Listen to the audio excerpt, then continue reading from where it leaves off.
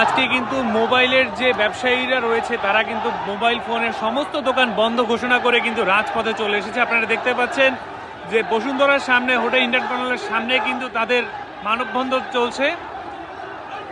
তারা কিন্তু বসুন্ধরা থেকে শুরু করে ঢাকার বিভিন্ন স্থানের যে মোবাইল ব্যবসায়ীরা রয়েছে তারা কিন্তু ঢাকার রাজপথ কিন্তু অবরুদ্ধ করে রেখেছে। তাদের কিন্তু আজকে কিছুক্ষণের মধ্যেই কিন্তু তারা শাহবাগ ব্লকেডের মতন একটি কর্মসূচি পালন করবে বলে ঘোষণা দিয়েছে। আপনারা দেখতে পাচ্ছেন যে মুহুর্মুহুর কিন্তু ব্যবসায়ীরা কিন্তু রাজপথে চলে এসেছে, তাদেরকে কিন্তু আমরা এককভাবে উপস্থিত দেখতে পাচ্ছি।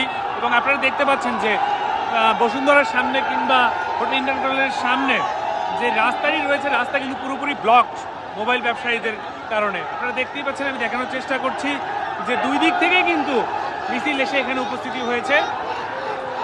আমি আপনাদেরকে দেখানোর চেষ্টা করছি,